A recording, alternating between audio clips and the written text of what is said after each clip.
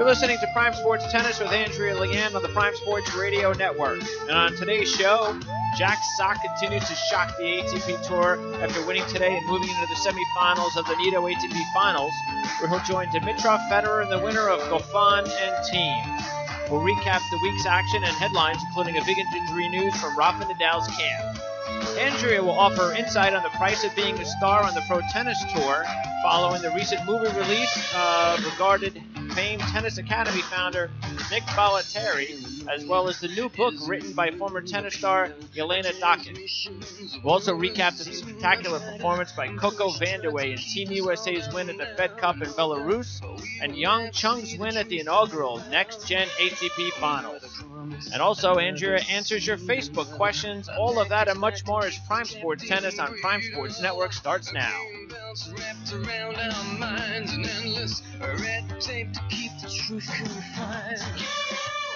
All right, it's Thursday, the 16th of November, 2017. Thanks again for tuning in to Prime Sports Tennis with lead tennis analyst and former top 15 player in the world, Andrea Leanne. And Andrea, I guess all we can say is how about that Jack Sock? Jack Sock eclipsing Roger Federer today. Roger, of course, winning earlier against Cilic. He's in the semis. We know that. He's dominated. He's won all three of his matches in this round-robin format. But it's Jack Sock, the American, got the last slot by winning Bercy a couple of weeks ago to get into the top 10, become the highest-ranking American on the computer, and now he's in the semis. And it just was amazing, Greg, to watch Jack Sock beat Zverev, his rival. They're contemporaries. They play each other all the time. And actually, Jack Sock had always had a psychological edge over Zverev. He's a great athlete. He moves better than Zverev. He has more shots. He has a more complete game. He's more comfortable at the net. And on this indoor fast surface, which is more conducive to his game, he was able in that third set to take advantage of the Zverev serve, the second serve especially, and hit those big forehand winners and put enough pressure on to come up with one more break to take it. So terrific news for Jack Sock. This is huge. He could end up, probably maybe 7 or 8 in the world. And can you imagine, after a tough 6 months, started the year tremendously, was one of the hottest players for the first 3 months, and then 6 months, it just didn't know what happened, went flat, didn't have the motivation, and then you put him back in Laver Cup with his buddies and with Roger Federer and with Rafa Nadal up there, and models of what you really need to do to train and be gritty and work hard. And all of a sudden, we have a new Jack Sock now in London. Yeah, it's great to see, of course, for us Americans after what happened last week, too, for the women. We'll get to that in a little bit. So now Jack Sock, one of 3 men sitting in the semifinals, waiting for either Thiem or Goffin. Whoever wins that match tomorrow moves on to the semifinals. And right now, though, Roger Federer, 3-0. Is that a surprise? He beat Sock in 2 sets. He beat Zverev and Cilic in 3 sets. So any reason to think, though, that Federer is not going to pull this out? It looks like it. Of course, Nadal pulled out already in the format. He played 1 match, lost to Goffin, pulled out, said his knee was too bad, too hurt. He tried Bercy, he tried London. He knows he's ending the year at number 1, had the picture taken with the trophy, and says, that's it, I'm pulling the plug. And so he withdrew, which left Pablo Carreño Busta substituting for him in that group. And, of course, though, then the focus went back to Roger, although he mathematically cannot end the year number 1. Of course, everyone is putting him in that position because he is flown by everyone. He, as you said, he had a couple 3-set matches, but it was never really in doubt. This looks so quick out there, Greg. The agility, the bracket skill. I mean, this is exceptional. This is something you can't teach. I personally think that he's in such great shape physically, better than I saw him 2 years ago, that he's able to move better. He's in better position. He's able to play more offensive tennis. When you go to play more aggressive tennis and taking the ball early and, taking it on the rise, you have to have the timing down. You have to be in position. And to me, Roger just has all that. He has a different attitude, far more positive, much more confidence in coming over on that backhand.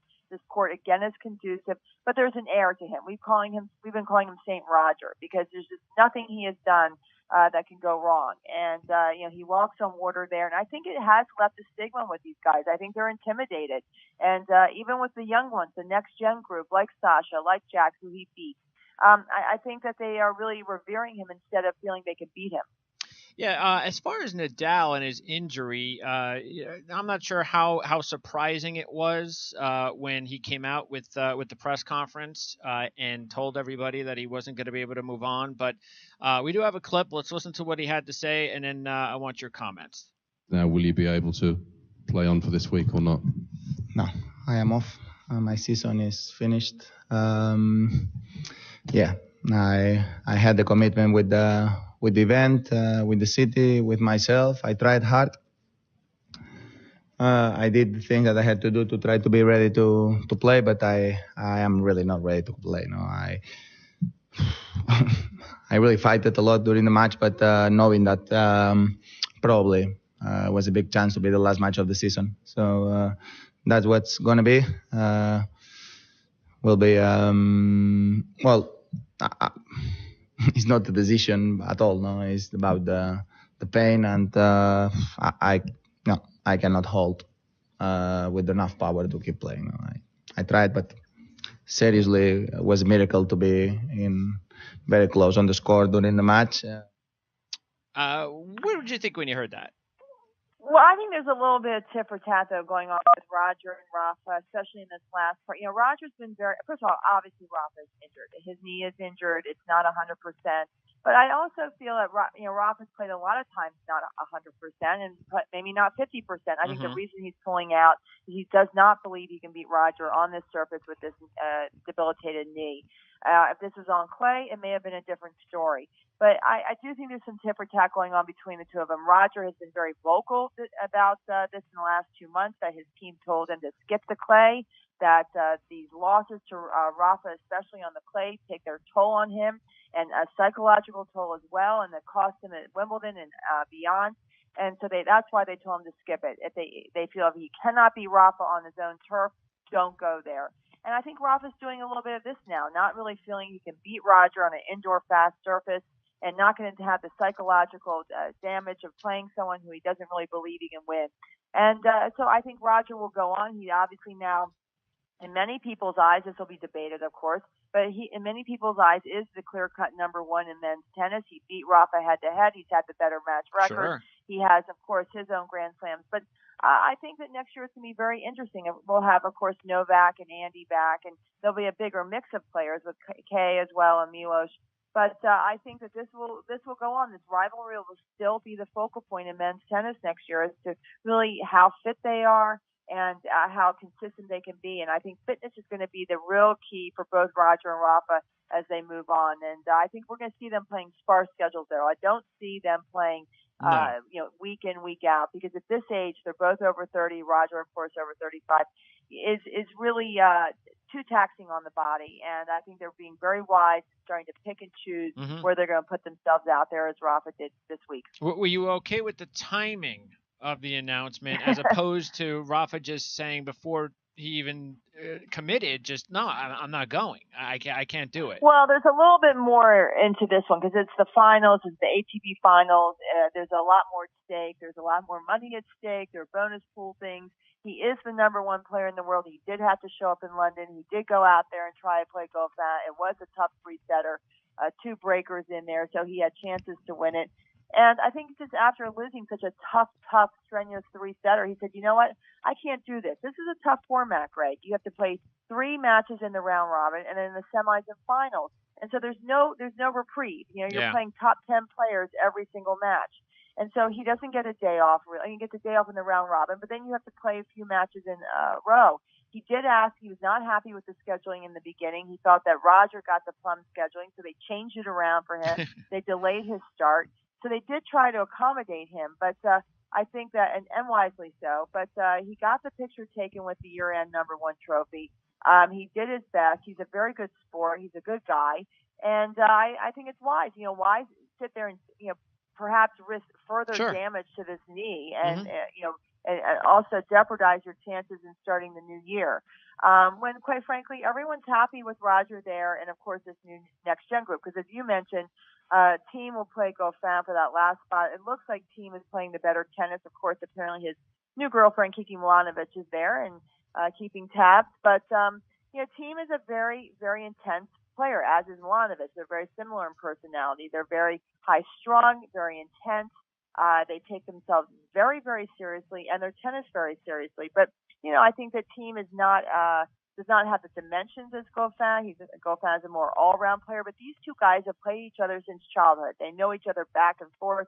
They know every single thing on and off court about each other. They laugh about it sometimes. But Goffin has always had the edge over team and psychologically. So I think it's going to be interesting to see what's happened because, of course, Goffin coming back from that ankle injury at the French has done an incredible job to make the finals. Just doing really well this fall. But team, of course, has been the sturdier all year long. Okay, yeah, they both lost to Dimitrov, who will face Karina Busta, who came in for Nadal. And Dimitrov, what do you think about, because, we talk about Sock, we know about Federer. Is Dimitrov then the wild card here as far as the talent? Because, Sock is just playing off the charts, but the talent we know about Dimitrov. Do you think because Dimitrov will play Sock, that maybe it would be fun to see at Dimitrov? Well, bottom line, it would be fun to see whoever wins the Sock-Dimitrov match against Federer. Well, I think Sock will beat Dimitrov because he's got a psychological edge over Dimitrov too. Now, of course, the MO on Dimitrov is he's not, he's the wild man. He's not a consistent trainer. He does not have the work ethic. He trains for 10 days. He's off in Las Vegas for 10 days, or he's here and he's there. He's a great guy. He has a terrific personality. He, of course, he first came on scene as Serena Williams' hitting partner. Then, of course, he dated Maria. So he's been around. Everyone knows Dimitrov, and everyone loves him. He's a good-looking guy. He's a really terrific-looking guy, and he loves that. I think he gave credit to Rafa Nadal for really changing the season around because he had a great start to the season, as Jack did. But then he plateaued, and we didn't hear much from Dimitrov, and we didn't even see a lot of Dimitrov, quite frankly. And then all of a sudden, he went down to Rafa's academy. He trained with Rafa, and Rafa really made him work. And they were out there for 3 hours a day, 9 to 12 every morning. And Dimitrov didn't leave the court until everything was done. And you really are on the court, and you have that intrinsic understanding of what it takes to be a great player, as Dimitrov did with Rafa. I think that was just absolutely enormously helpful to changing his mindset and what it really would take. He's so talented. They call him, the baby Federer because he has the exact same strokes as Roger, the talent, the ability, the speed, everything. But it's been the mindset. It's been that bridesmaid hitting partner mindset that's kept him from winning the big ones and really, making that last push. And I think that bringing him down with Rafa really helped Grigor realize that, he can do it, but he's got to apply himself. So it's interesting now to see that happening when he is in the London final. But again, will he be the bridesmaid or will he push through? He certainly has the talent to do it. We know that. And he played the best tennis at the Australian Open, quite frankly. But, it's about believing. All right. It's now time to talk about Coco Vandeweghe, who kicked some major butt at Belarus in that win for the Fed Cup title, the first U.S. title in 17 years. Even though Sloane gave it her all, we know she wasn't 100%, but it came down to the doubles for the championship, and still, USA found a way. Well, you do give credit for Coco. She's won all 8 of her Fed Cup matches this year, 3, of course, in this last tie, 3 in the other tie. She has been, without a doubt, the backbone of the team. As we mentioned, we thought this was all going to be about Coco. It was all about Coco. She was in China. She did not play particularly well. She did lose in that final in Zhuhai, but she trained hard with Pat Cash in London. She's been in, training very hard. She's more disciplined. She's in better shape. She's moving well. So when she put it together mentally, you knew she had the components to do well. And I think the team really helps Coco. And I think Kathy Rinaldi has really helped Coco, the U.S. Fed Cup captain, the new captain this year. I think having Kathy there, constantly encouraging Coco, and it was having the right balance of the relaxing atmosphere off court and the intensity on court, I think has really helped Coco find her own balance. And we saw that in the match. She never got down. Whenever there was a moment of indecision, Kathy was right there to get her up, get her refocused, get her retrained on doing the positive. And I think this is what really is key for Coco. And I have to give credit also to Kathy. This is not an easy team, Greg. This is not an easy group of, you have, there's so many big names in the U.S. You have Madison, the Williams, of course, Venus, Serena, Sloane you mentioned, and of course Coco. And they've all done beautifully, and they all are stars in their own right. But it's really been Kathy's input in building a team from the middlemen. She's had Allison Rich, Shelby Rogers. These were the girls. Lauren Davis was in the tie in Florida. These were the girls that were the backbone from the beginning. When they beat Germany, when they had to beat the Czech Republic, and she was able to get the most out of these players to get them to the final. And yes, Coco was there, and Bethany Maddox, who obviously is still recovering from that knee injury, was there. But I think that building that team atmosphere and the team support really showed through the entire season. And what really ended up being the difference, I think, in Belarus is that you saw a united U.S. team front, and everyone was out there. And I think Coco, she's an extrovert. She feeds off of other people's energy. And I think having her teammates on the sideline, cheering her and holding her accountable for every single point, I think really gave her that impetus to play her best tennis. Yeah, how do you think that she feels, too, about being responsible for helping to take that enormous brick off of Sloane Stevens' back after, in that spot? I mean, because I'm sure Sloane would have felt pretty bad, even though we know she gave it her all. She wasn't 100%. But I'm sure Sloane would have felt really bad if they didn't win it. And so Coco's got to be feeling pretty good about rescuing her buddy and one of her compatriots. I think that Sloane, first of all, she gets an assist for the final because he lost 8-6 in the third to Sabalenka, and Sabalenka has to turn around and play doubles because, of course, it's two singles in the doubles the last day. The Fed Cup's only 2 days. Two singles the first day, two singles, and, of course, a decision breaker in that doubles. So, she gets an assist because when you keep the player out there for over 3 hours and she has to turn around and play doubles, it certainly helps.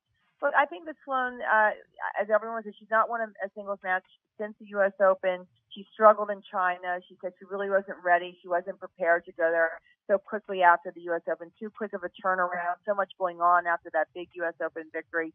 And I understand that. I think that give her a break and cut her some slack there. I think it was very, very admirable for her to go to Belarus. She wasn't feeling great after China. She really, her knee obviously was sore. She did have it taped for these matches.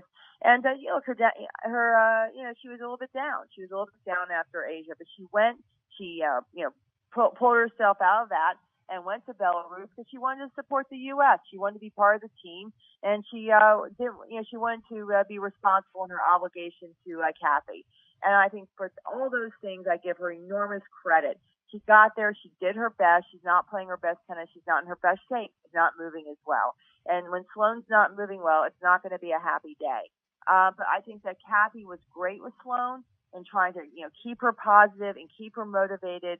And I think that this is something that's going to build for a really bright future for Sloane and Fed Cup. I think Kathy is planting all the seeds and all the right things and saying all the right things to these girls so they really feel invested in this team and invested in its future. And so even though Sloane did not win the matches, I give her an assist, and I'm happy to see the big smiles on her face when they came through with the victory and held the big cup. Mm-hmm.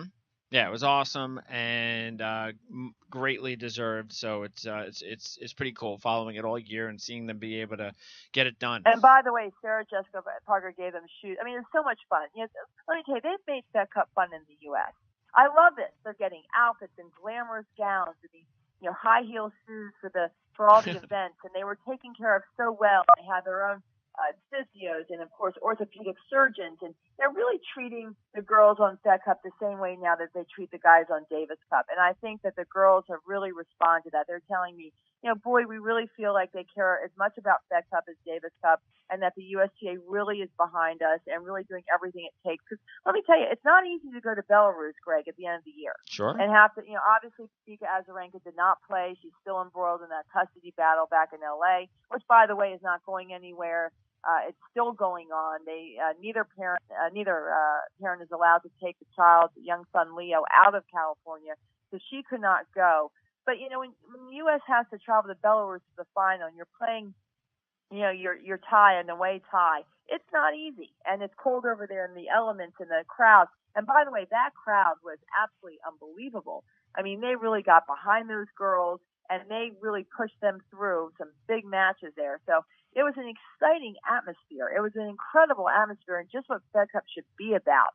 And this is why this event is so important, Greg, because it really helps these girls who are going to be the next stars, the next gen, feel like there's a team event in this sport, and it really helps them, I think, also with their individual goals. So, I give a lot of credit to the USTA and Kathy for really putting this together in just her first year. All right. Now, off the court, there were a couple of big stories to talk about here. Jelena Dokic, her book came out on the horrific physical and emotional abuse by her father, Unbreakable.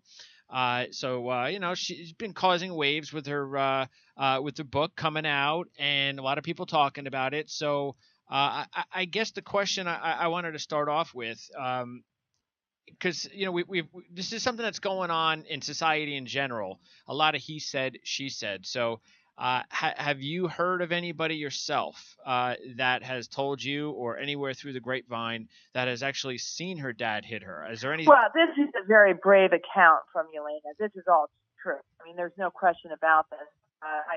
What she is saying is absolutely her experience, and she was very brave to come forward and write the traumatic. It was horrifying.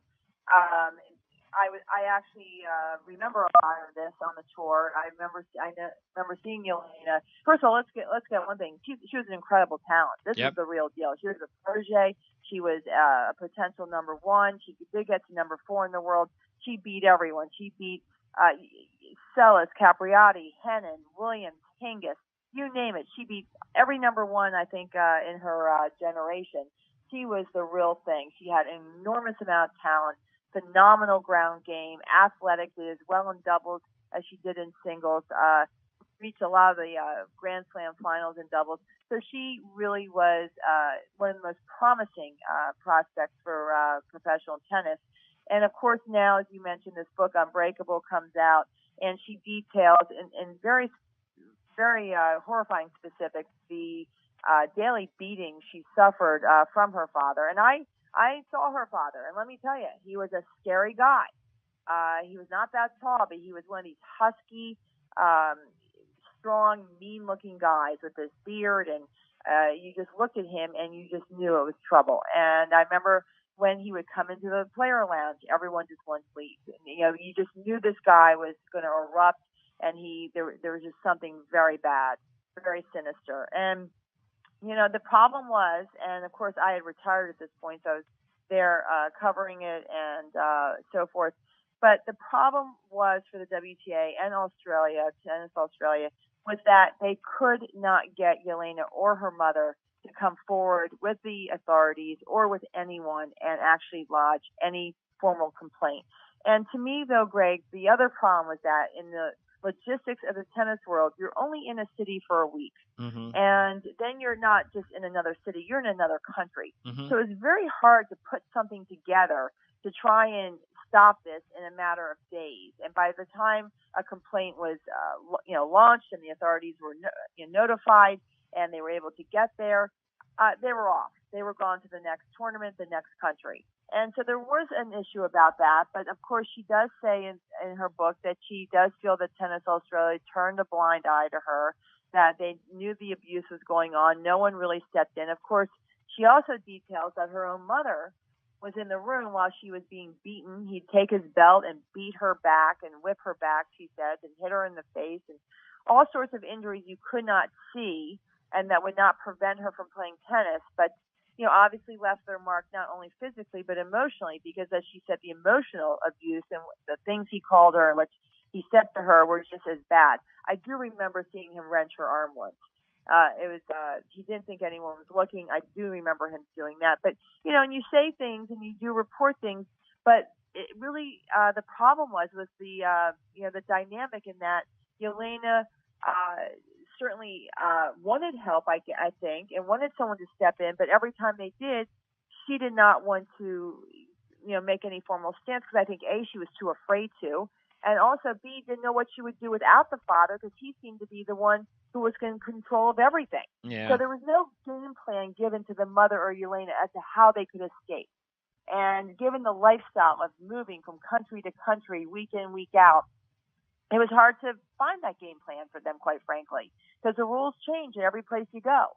Do you think it would have there was changed? an interesting story. Do you think it would have changed if somebody would have if he would have done it in public? Would that have been something that could have changed Well, everything? he was very coy about that. He never did this in public. It was always very private, as she says in her book. It was always back after the match.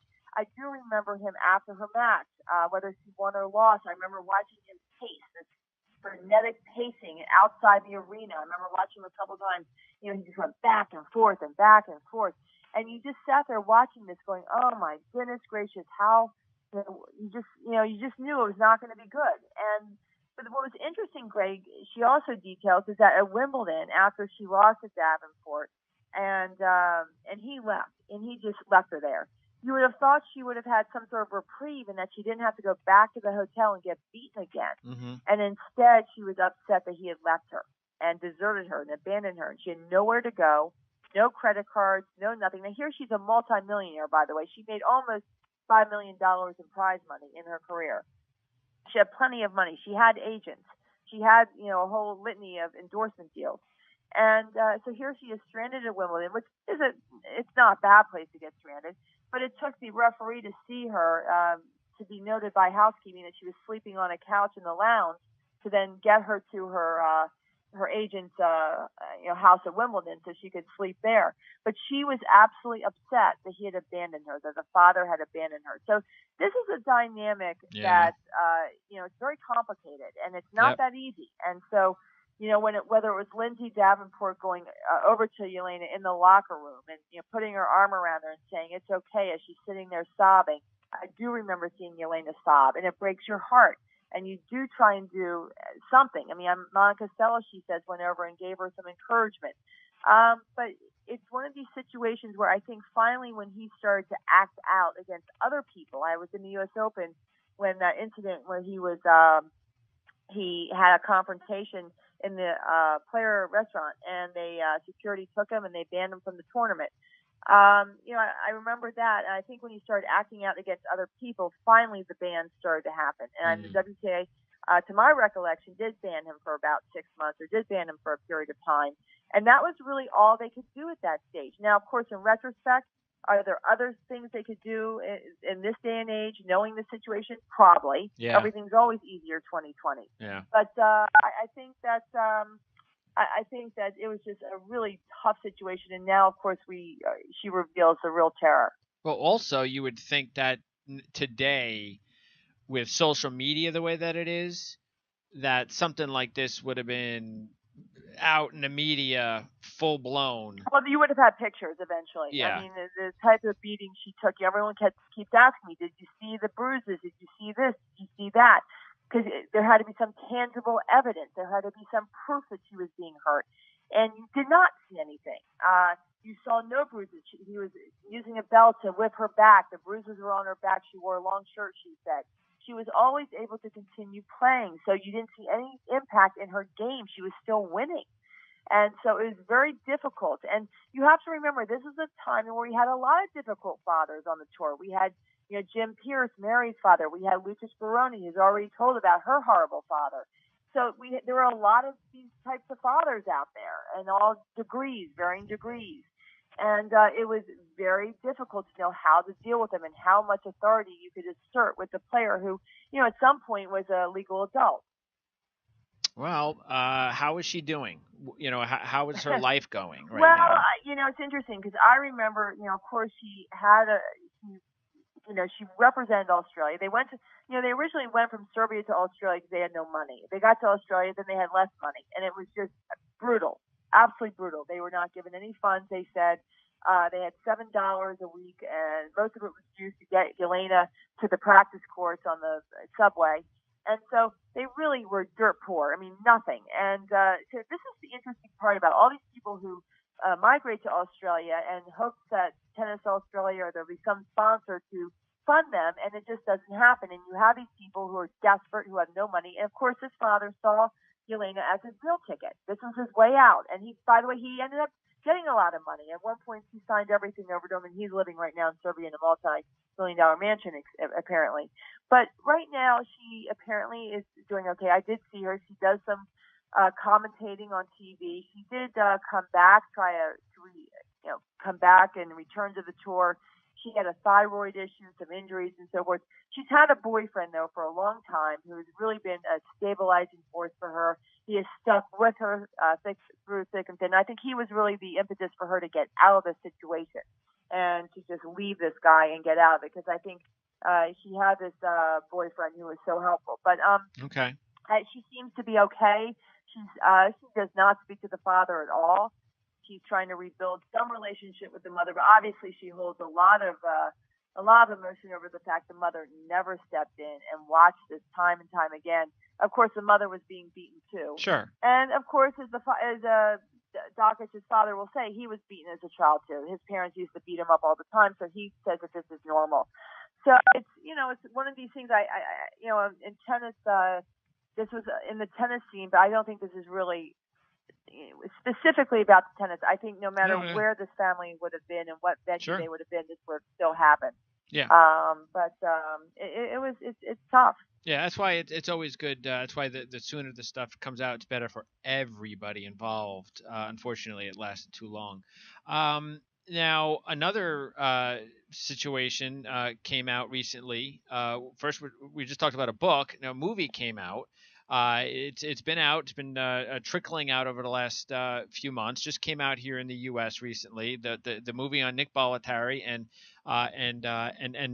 the price you have to pay as a young boy or a girl to become a star player. What do you think when you take a look at something like that? You've been through it. These tennis academies, and Well, I did not do the academy actually, so I did not have that experience. I stayed home. I lived at home. I went to school. I played lacrosse and field hockey. Quite frankly, I did not have this academy experience, which is probably why I never got to the level some of these superstars did. But the academy experience, I think that, quite frankly, I'm happy I did the way I did. I think the academy experience has upside and downside to it. And this movie, which I've not seen yet, I mean, it's absolutely apparently terrific. Ann White is one of the producers. She's a former top player, and she was behind this. Of course, lots of my friends, Kathleen Horvath, was in it, and they detail. It's a documentary, though, about Nick, and he talks himself, and his comments apparently are the most revealing, the clips I've seen. And he's an interesting figure. He's a real interesting guy, and the fact that he was able to put this academy together was quite something, and produce all the champions he did, a real testimony to what incredible type of motivator he was. He really, I was on his court a few times at Bollettieri's. I did go down there once or twice, and he just knew how to get the most out of any player, no matter how much talent or lack thereof you had. He knew how to maximize everything in that player and how to push the buttons and what to say to make you play your best tennis. And he had he had Agassi, Courier, Bonder, Bassett, Maria, of course. I mean, he's had so many generations of players, not just one generation, but many over the decades. So he's had a proven record, but it's interesting in the personality and in the difficulties, the prickliness of his personality. He's a very eccentric type of guy. The academies, I would never send my kid to an academy unattended. I don't believe in that. I think that they're there to make you a great tennis player, but that's it. And I would not allow them to serve in any other role. At the Bollettieri Academy, pretty much if you stayed in those dorms, which a lot of kids did because they didn't have the money, they didn't have the funds. And so, they were getting sponsored to go there to try and, make their dreams come true as being a top tennis player. I think that you were a little subservient to that type of atmosphere, and it was not always great. I think it's a little bit incestuous. And but on the other hand, they made great tennis players. They were proven at that, and they knew how to turn them out. So it was one of those things where most of my friends, most players I knew, had their own apartments. They lived off the premises. They did not live there, but there were a lot of kids who did live there when they were younger. Maria Sharapova told her story about how she and her father came with no money. Again, another immigrant story, no money, at the mercy of whoever would fund them, and went to Bollettieri's, had to pay back everything, by the way. They were supported, but she did repay the debt. But it was tough. I think it's a tough place to be because I think, again, the focus is on tennis, not really about the overall personality. Now, IMG, of course, has taken over this academy. I'm sure they try to put things in place to make it more of a more protocol, more professional in that way off court. And I actually did train at the Hotman Academy, which is now the Stoutenburg Resort, and that was a whole different animal. Under Harry Hotman, that was a completely different environment to me, a different protocol, very professional, and I thought that one was terrific. Well, I never lived there because I was, by the time I turned pro, I was, almost a legal adult. I was 17, but I thought that I had no problem there, and I enjoyed the entire experience. So, it does vary from academy to academy, but I always say to parents, make sure you go. Well, what would have been then, from what you've heard, the downside of like the specific issues? Well, it's just what I said. When you're kind of there on their dime, you're subservient to whatever is going on there. And also, look, it's a little bit incestuous. You have all these people from all over the world. Some don't speak English, some do. All different kinds of backgrounds. It's a melting pot, and you don't know where they're coming from. You don't know what their background is. You don't know how they've been brought up. Everyone has different values, different.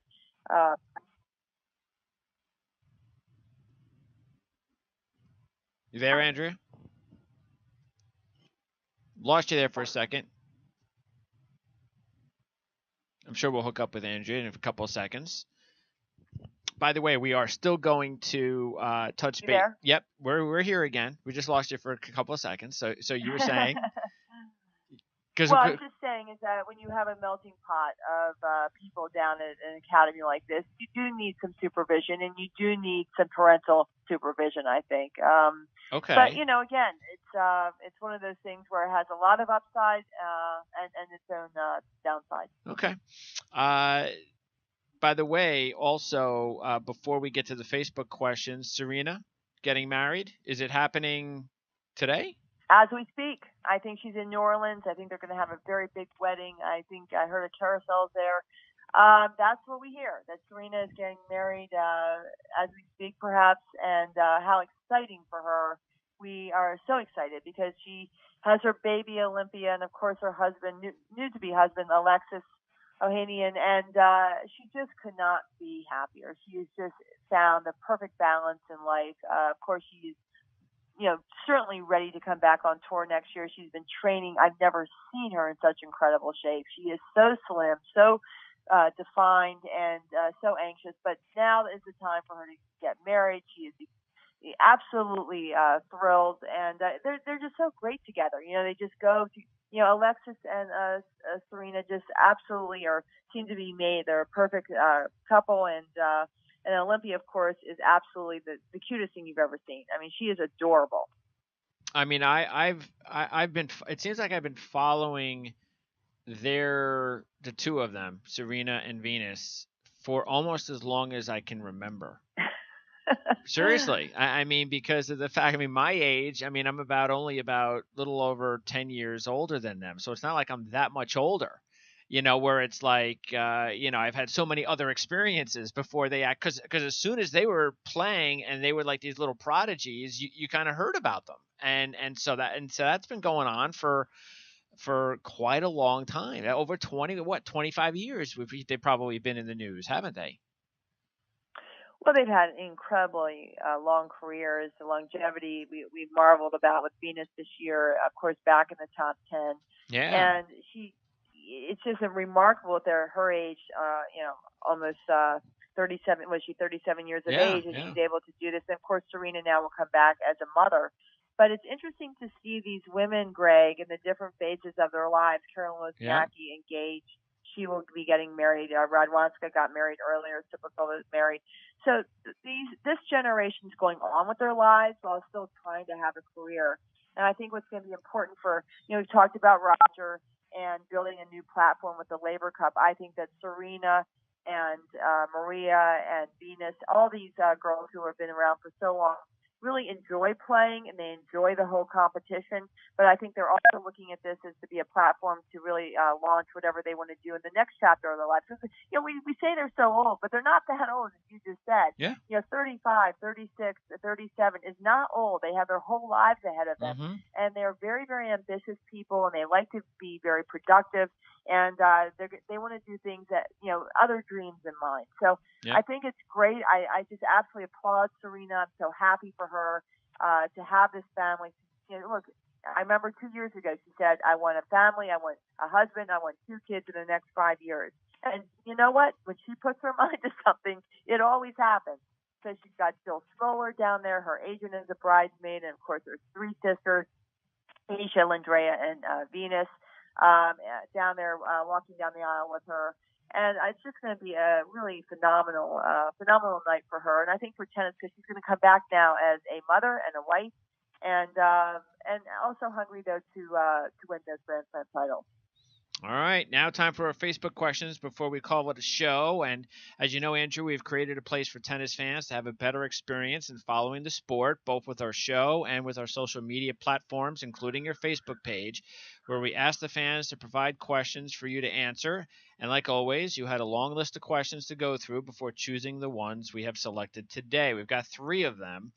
I tell you what, let's get started first of all, because we didn't yet talk about Yan Cheng's win in the inaugural Next Gen ATP Finals. He was the 6th seed getting it done.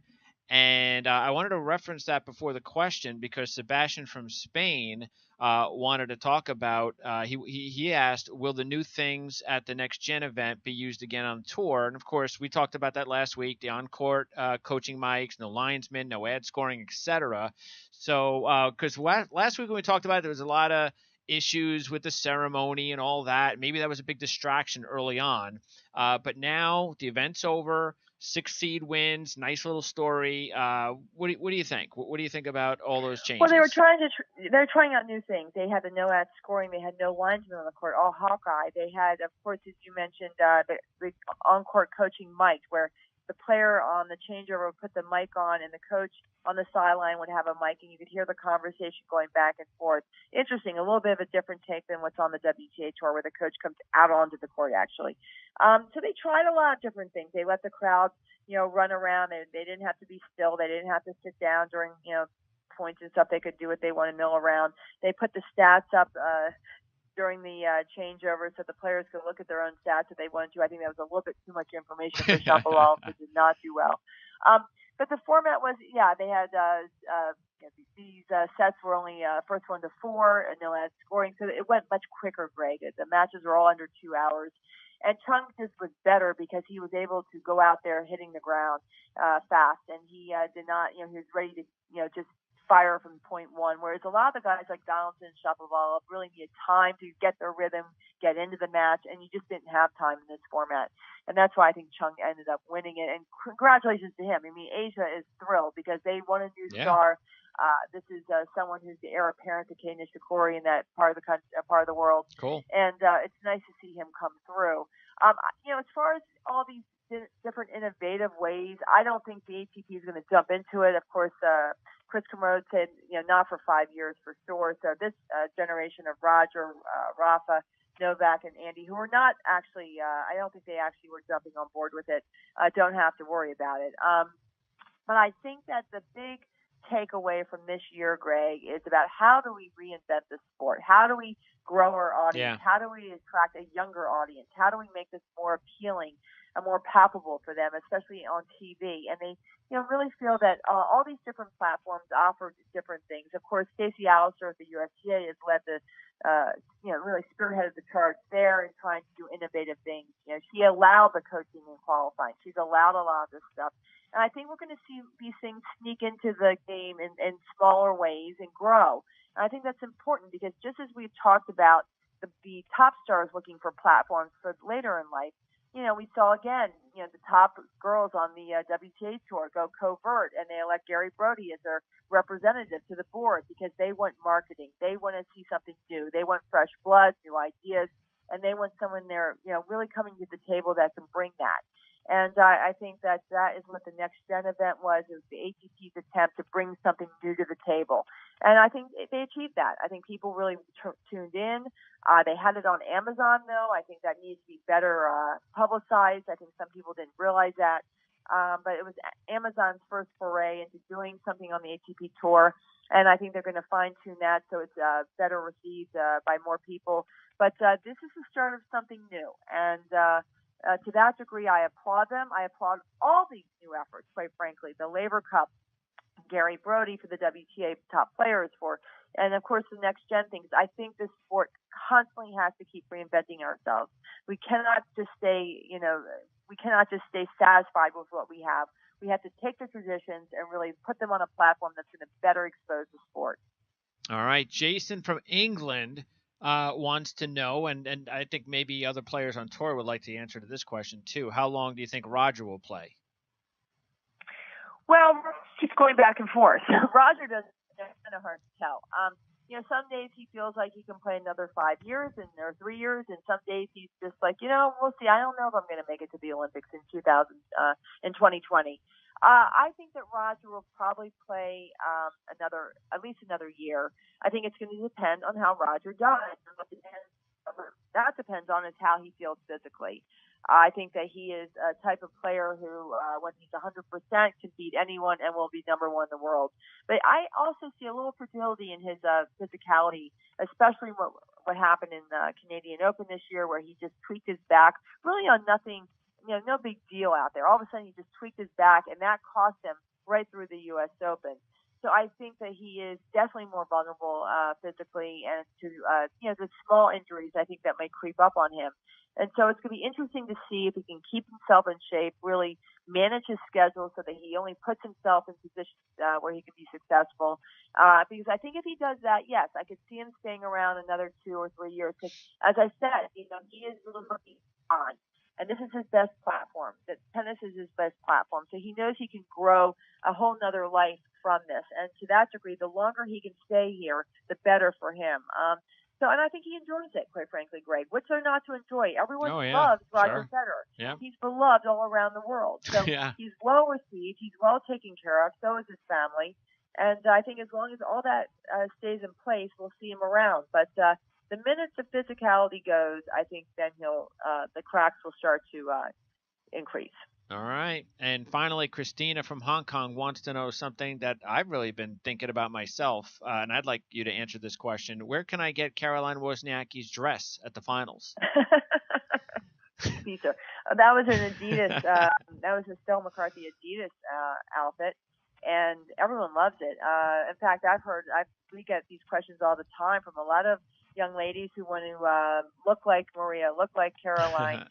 They want Venus's dresses from her line because there's so many great outfits out there. I mean, Pliskova with Fila and her beautiful lines. But Caroline, that was an Adidas. I actually agree with her. I went out and got one. I just loved that outfit. Of course, she looks good in everything. But the ladies are really becoming fashion plates out there. They're really becoming spokespeople for, spokeswomen, I should say, for all kinds of things. And I hope that the WTA takes advantage of that, whether it's skincare or fashion or, all sorts of things, because they really offer a very healthy, active, image, and one that I think the audience is really embracing, especially this market of young ladies, because we probably get about 100 questions a month about where is Maria's makeup and where is Caroline's hair products, and how do these girls do it week in, week out and get out there and look so good? What are their secrets? And so I think in this age of self-help methods, we have an audience out there who wants to know. So Adidas, that's your answer. All right, awesome, Andrea. Appreciate it as always. Enjoy the rest of the finals this weekend, and we'll talk to you again next week. Terrific. I look forward to it. Likewise. All right. So if you'd like to have Andrea answer your question next week, go to Andrea's Facebook page. She'll pick out your question, and we will read it on the air. Don't forget to check out our on-demand shows following every live broadcast on Prime Sports Network or on our iTunes and YouTube pages under Prime Sports Network. You can also follow us on Twitter at PSN Tennis or PrimeSN. Make sure to tune in at the end of the season for our 2017 Aces Awards show, followed by our 2018 season preview special. And once again, thanks for tuning in to Prime Sports Tennis with Andrea Leand on the Prime Sports Radio Network.